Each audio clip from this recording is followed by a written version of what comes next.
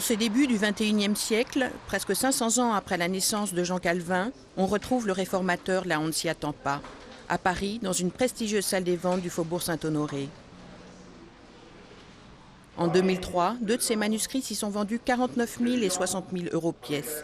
Une consultation théologique et une lettre adressée par Calvin à un suicidé.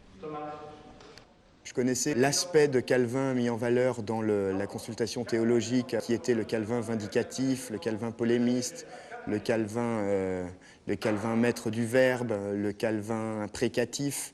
Je pense que, peut-être un petit peu trop caricaturalement, c'est ce Calvin qui prédomine dans l'imaginaire des gens.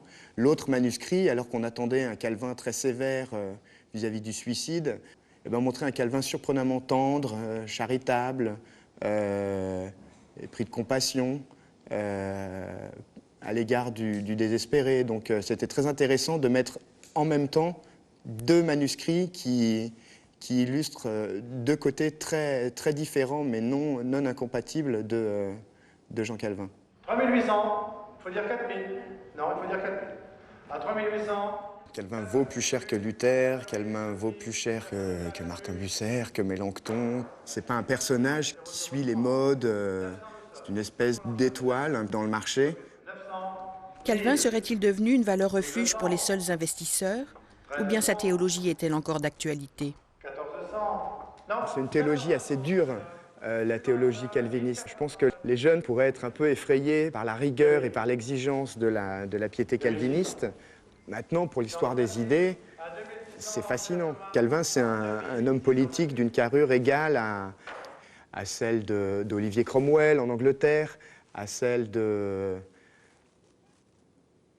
aux Médicis et aux Borgia en Italie. Calvin, c'est vraiment le carrefour géométrique de Marx, Platon. Il cumule tout, quoi.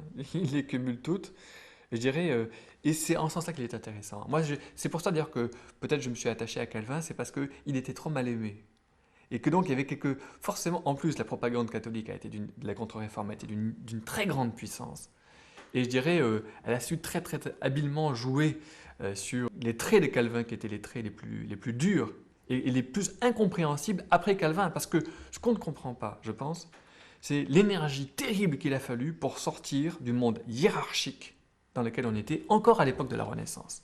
Calvin a eu le mérite et le courage de marquer une rupture politique et théologique que n'ont pas marqué les autres réformateurs. Luther, c'est l'aboutissement de tout ce grand mouvement religieux du Moyen-Âge européen.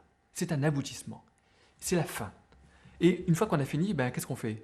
Mais il faut recommencer. Calvin, c'est celui qui recommence. Calvin n'est ni suisse ni genevois. Il est né en Picardie, dans une boucle de l'Oise, à l'ombre de la cathédrale de Noyon. En 1509, l'année de sa naissance, François Ier est au pouvoir et Noyon est alors une place forte importante aux portes de l'Île-de-France. C'est surtout une cité ecclésiastique prestigieuse où furent couronnés Charlemagne et Hugues Capet. Avec ses 61 chanoines, Noyon est un évêché plus important que celui de la cathédrale de Paris. Le père de Calvin, fils d'un marinier de l'Oise, s'est élevé socialement. Il est le notaire des chanoines, un peu leur homme à tout faire. Il gère leurs biens.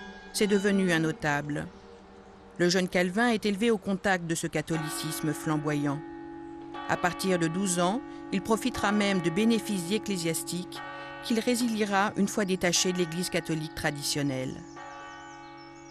La mère de Calvin est une femme très pieuse. Elle emmène souvent son fils à l'abbaye d'Ourscan, à quelques kilomètres de Noyon. C'est le lieu d'un pèlerinage important à Sainte-Anne, la mère de la Vierge.